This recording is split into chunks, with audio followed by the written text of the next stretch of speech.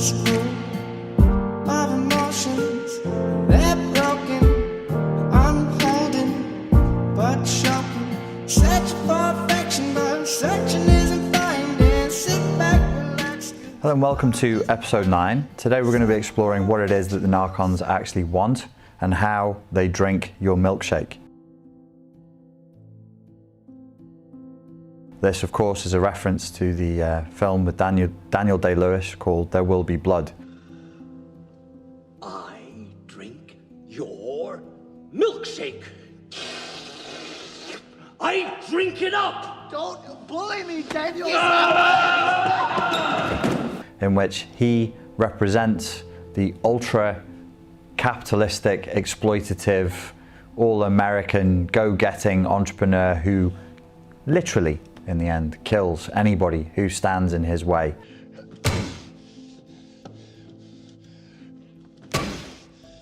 Highly traumatized, very much stuck inside of the reptilian complex, cannot communicate with other people unless it is part of a power play. Very rigid, very stiff, and ultimately highly self-destructive. So how does it feel to be attacked and targeted in this way? Well, after your ego boundaries have been stripped, after you've been caught in this web of deception, you're being constantly lied to, you're being constantly gaslit, your emotions are being provoked daily, you're being sent into spirals of terror, spirals of guilt, spirals of shame, you end up with what is called emotional dysregulation. So even if you're not in contact with this person anymore, or you're not receiving messages from mainstream media and from marketing, if it's gone on for long enough, you're now imprinted for it. Don't worry, there are ways of healing this, but it's important that you understand just how insidious this type of narcissistic, psychopathic, narcotic abuse can be. If you're the target of somebody who's coming from this narcotic archetype, you'll be a mess afterwards. You will be effectively drained. You will act like a person who has had all the milkshake within them, all of the libidinous energy, all of the joy, all of the happiness, all of the strength and confidence sucked out of them in the same way that the character in There Will Be Blood would drain the land dry of oil. He would suck it out of the ground and you'd be sucked dry in the same way. What does this imagery evoke? Well, the vampire mythology. Why has this lasted for so long, and why is it so ubiquitous across cultures? The idea of a vampiric entity, a demonic entity that comes and feeds on the innocent, feeds on virgins, feeds on children, feeds on people who are lonely and looking for love. Because I think at the unconscious level, even before we had the weaponry of the language that is offered to us by psychology, psychotherapy, and psychoanalysis, we knew that these kinds of people existed. And these myths, these stories were out there to be repeated word of mouth, to remind people to be careful, to remind people that there were human beings out there stuck in a reptilian modality that would drink people's blood. The mythology is typically that these are people who fear sunlight. They fear the light of day. They fear the sun. In the sun is yang energy, is positivity, is boundaries, is truth, is fertility, is life. These are creatures of death. They move by night. They are associated with transformation into other animals, indeed into bats, another nocturnal creature, some species of bat actually also drinking the blood of other animals, of cattle. That's where that association in the mythology comes from. So it's a parasitic modality of interacting with other human beings and other entities. That's where the vampire mythology comes from. That's where the Dracula myth comes from. Obviously, everybody knows Vlad Dracula was a real character, a real warrior, very, very powerful. He was kidnapped when he was very, very young in the Muslim occupation of Romania, and under the Ottomans he was one of many young Romanian boys forced to fight for the Ottomans. They grew up in very Spartan conditions. They were highly traumatized by their Turkish masters, by the Ottoman masters, so that when they grew up into adolescence, they were vicious fighters, which Vlad definitely was. He ultimately obviously switched sides and went back to fighting for Romania and was known for being particularly vociferous. The impaling of people, if I remember my history, I don't think that was Ottomans who he was impaling. I can't remember who it was. It might have been like a Germanic tribe that he was at battle with, but that's how he became known for that. Dracul is not his name. His family name is Tepes. Dracul is a reference to a secret society. A secret society where? Secret society in Romania, who Vlad's father was part of. And he inherited the name Dracul, which meant the clan of the dragon, the people of the dragon, the people of the reptilian complex. Exactly as we were describing in the last episode, this was a family inheritance to be a warring, violent, sadistic, empire-building, narcissistic psychopath, a narcopath, a narcon, who would want to dominate the world. And it worked. He really was. He had several brothers. He was an illegitimate child of his father, so he had more to prove. They were all, as I recall my history, which is not great, they were all great warriors, but he was the greatest of all of them. And slowly, this story of this Romanian warrior who rebelled against his Muslim trainers in childhood, who went on to claim his own place in history, kind of morphed into a different story that comes from the same region of vampires, and they were put together, and then it was taken up by an English writer, and so the mythology of Dracula was born. So it's a modern mythology. It's not that old. I think it's like about 100 years old, maybe a little more, maybe 120 years old. But it's a fascinating character. He is of nobility. He is of an ancient heritage. He is a celebrated warrior, known for being particularly savage and particularly vicious. The impalement mythology or story has a pretty strong historical basis. It's highly likely that he did that. He didn't do it all the time. He did it in after one particularly savage battle with one particularly tough group of people whose spirit he needed to break through terror, as we've been describing throughout the series. That's the strategy. Fascinates us. He's dark, powerful, he's wealthy, he lives far away in a castle up on top of a hill. He's still the archetype that we hold in racial memory, the human racial memory of the slave master. He's ethereal, he can transcend time and space, he has psychic powers, he's charming, seductive, indeed even sexy. So he appeals to the biological weaknesses inside of us. He's sexy, has a source of affluence and wealth. Many portrayals of Dracula and of vampires in general associate them with death, with violence, and with eroticism, with sex. He's kind of the modern manifestation of Satan himself. He's a tempter. You can join him. You can join his legions. There is only one small price to pay. You have to die horribly with him drinking your blood, then he feeds you back his blood, and then you die yourself. It's a painful process, and are born again undead, unfeeling, no empathy, no compassion, condemned to roam through space and through time, completely alone in a desolate landscape, cut off from love, cut off from human beings. Do you even dare fall in love with a living human, knowing that you will watch them die in what will be to you a relatively short period of time, because you're measuring your lifespan now across the centuries?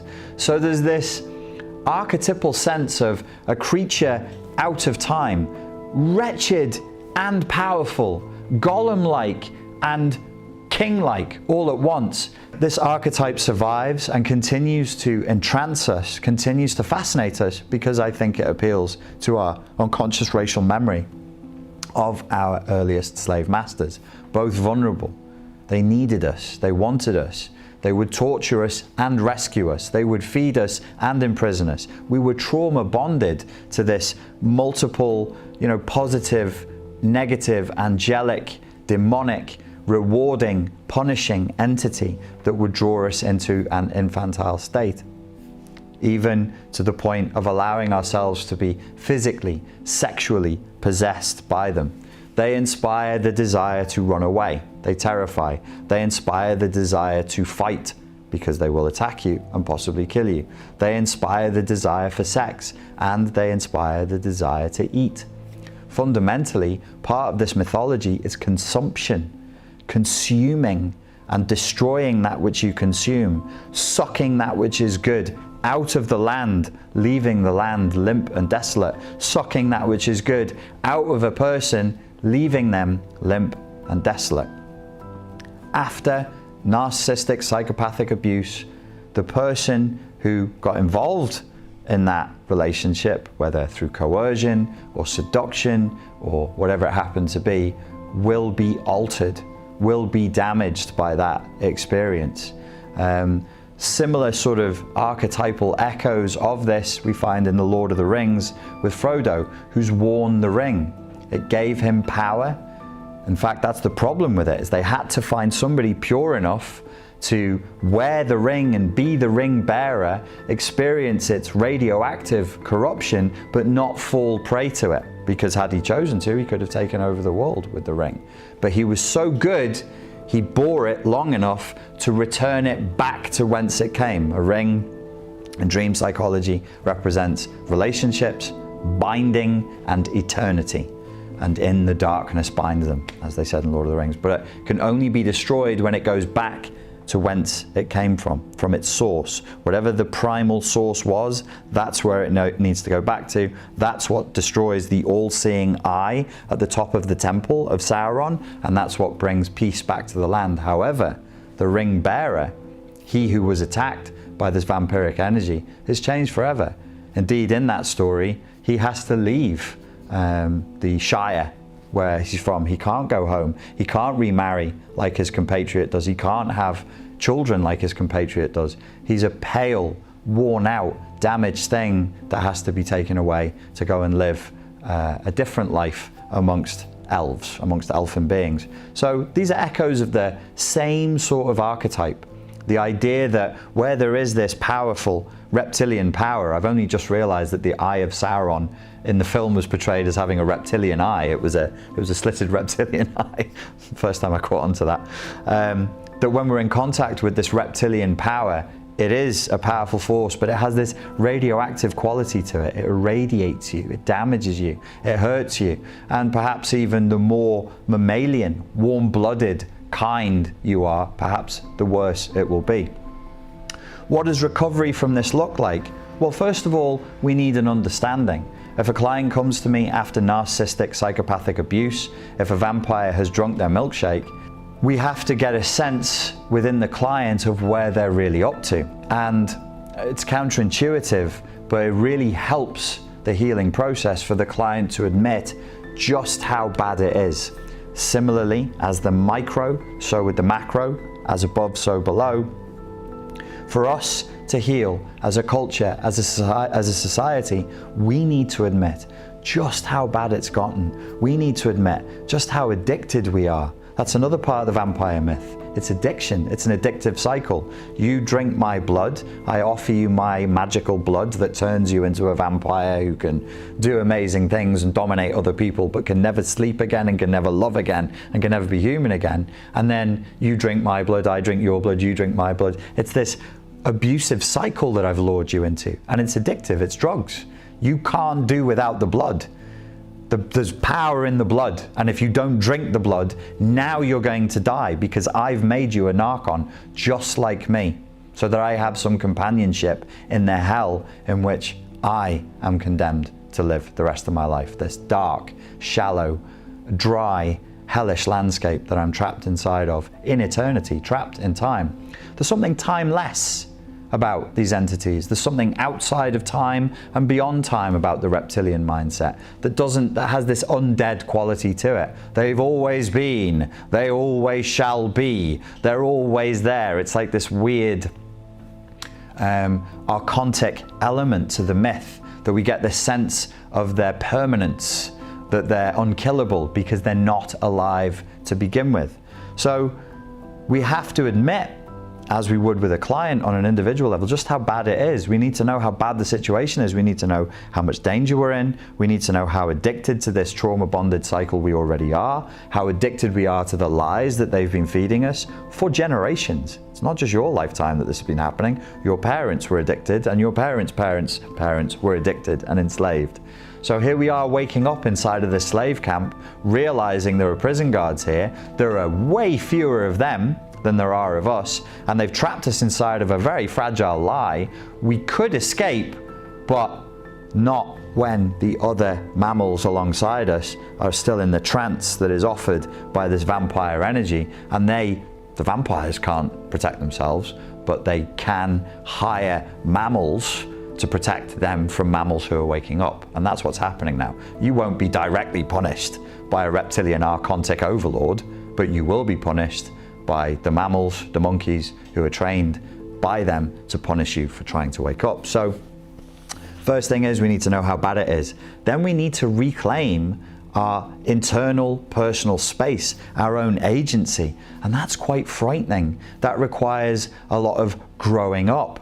And we're not grown-ups, we're totally infantilized. Consumer capitalism has turned us into the object-obsessed, psychopathic narcissists that our masters are.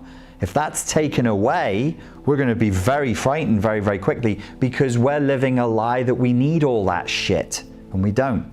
Because those things that we own actually now own us. That which we possess is now possessing us. We're addicted to consumer capitalism. This is their thing. It's a highly exploitative, highly parasitic, highly aggressive form of consumer capitalism. And we're poisoned with it. We're addicted to it now. So at any point they can say, well, if you start messing around, I'll take your toys away. I'll take your drugs away. I'll take your beads away. How are you going to do then? And we become terrified because we're so addicted to it, because we're still like little children. If we grow up, if we grow out, if we go into the sun and we start to develop properly as fully formed human beings, not these wretched, frightened, infantile, posturing, golem-esque little wretched creatures that we are now, so propagandized and brainwashed as we are in this current cultural climate, in this ideological prison, this mental trap that we've been brainwashed into,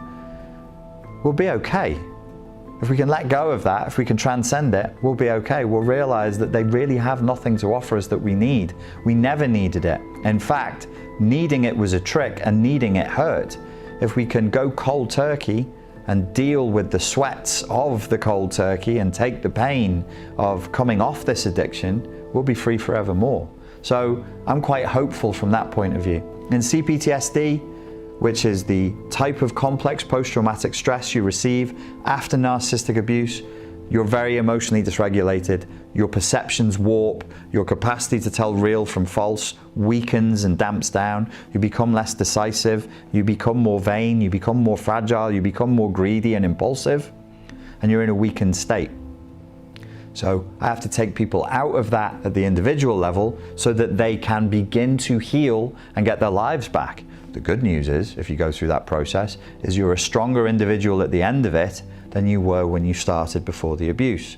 Similarly, I'm hoping that we will be stronger as a people because of our need to recover now from this than we were before we started waking up from this abuse.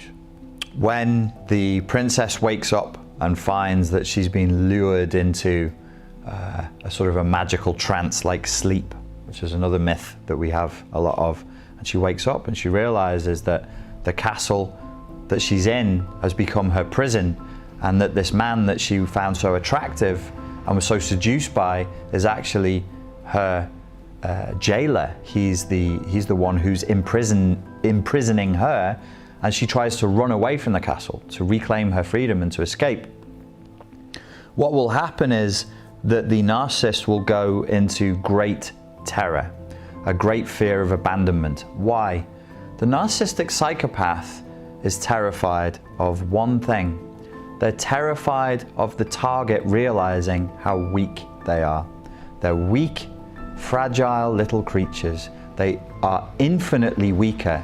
The reptiles are infinitely weaker than the mammals. They have less going on. They just have less software, less hardware, less equipment. They're not as evolved, they're not as adapted. And there's far fewer of them. But they have one thing that they're really, really good at, and it's held it together up until now. And that's the capacity to spew words, to build a web of lies, and to control the perception of the infinitely stronger mammals that they've enslaved. So he, the vampire, chasing the princess, he's terrified that she's going to wake up to the truth of how weak he is, how boring he is. He's got, you know, all of these things going for him. He lives in a castle, walks around in silk robes, he can fly in the sky.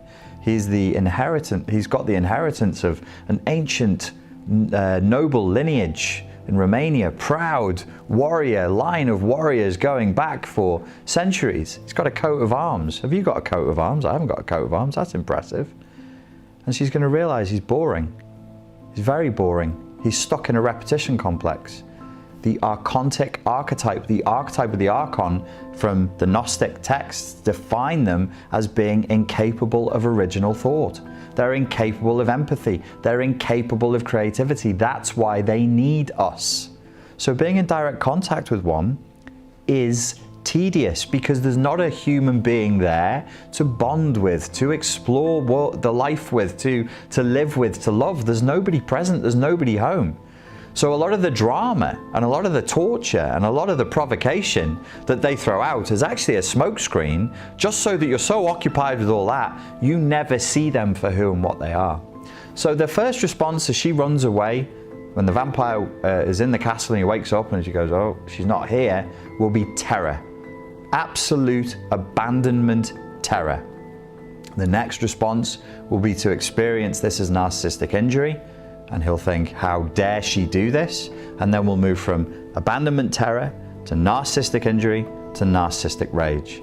And he will either become very, very openly aggressive and try to frighten her back into submission, or his narcissistic rage, if he's smart, if he's more at the narcissistic than the psychopathic end of the spectrum, his aggression will manifest as a doubling down on seduction, a doubling down on charm. He will offer her more riches, a better room in the castle, fine jewelry, dresses, holidays, whatever you like, better sex. Suddenly he'll become the world's greatest lover. Whatever her fantasies are, whatever her dreams are, he will manifest as that. He will offer her that. A part of her knows that going back to the castle is a mistake. She shouldn't do it. It's not the right choice, but she really likes those Louboutin shoes. She really likes that holiday to Thailand. She really wants that particular piece of jewelry. She really likes driving that car and living at that level. Nobody else has got a castle that big. And so back she goes. We're all that princess. Our masters are all that vampire. Look at what they offer us every day. As much porn as you want. Casual sex, nobody judges you anymore. God, you can download an app that helps you shag married people. Drugs. Oh yeah, there's a war on drugs, but they let plenty flow through the system. Alcohol, gambling, everything that appeals to the lowest parts of who we are, we have an abundance of that. And every time we fail the test, and we fail the restraint, and we indulge in that which we know we shouldn't, we experience what? Guilt and shame. And our ability to resist goes down. And then we indulge in it more. And then we experience more guilt and shame. And then the ability to resist goes down even further. And so we're trapped in a downward spiral because they're smart. They know they just have to plug us into our own desires and we'll go down. We won't go up because that's where we're at in human evolution. There are very few celebrities now who encourage people to ascend, to be philosophical, to have strong moral values, to have moral boundaries, to explore philosophy, explore spirituality, to explore ascension. All of your celebrities, all of your bosses, all of your slave masters are not upward focused. I can't think of one off the top of my head. They're all downward focused. They're all there to make you pettier, more vain, more focused on sex, more focused on food, more focused on violence, more focused on fear, more focused on the baser elements of the human personality. They're entrapping us with our own weakness. They're smart-ish. They're not smart. It's a kind of low cunning. It's the low cunning of a predator. And hey, they're reptiles. They've been here since the dinosaurs. They've had a fucking long time to perfect their predatory nature. They are very, very good at what they do. Very good, not perfect. The narcissistic psychopath, the vampire, always overplays their hand. They always make the mistake of underestimating the intelligence of the target and of overestimating their own ability to be deceptive and powerful. They always overplay their hand. They always screw up. And in the end, the light, the good, the caring, the loving, always wins in this battle. Ultimately, always wins. But that means we can't sit back and be passive and go, well, if we always win, there's nothing to worry about. You can't be passive because you're suffering now. And the people around you are suffering now. It's not nice living in this state of enforced agitation, depression, aggression, and anxiety, and frustration. It's not nice. It's a kind of psychological, emotional enslavement. And I would say that we need to be focused on freeing ourselves from it with a degree of urgency, especially now. Don't